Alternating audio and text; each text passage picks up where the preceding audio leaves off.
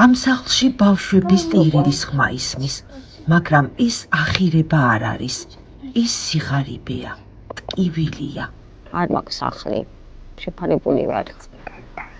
სხვის ოჯახში ეს სახლიც იყიდება და არა მაქვს რო იწყიან წასასვლელი აქვს და რა უნდა გავაკეთო თუ არ ვიცი. 6 პატარა ანგელოზი და მათი მარტოხელა დედაეკა სიცივესა და სიღარიბეში გადარჩენას ცდილობენ. ბავშვებს არ აქვთ თბილი ტანსაცმელი, არც ნორმალური ღუმელი, არც ცხელი წყალი. ისინი დაძინებისას არც სათამაშოებზე, არც სითბოზე ოცნებობენ.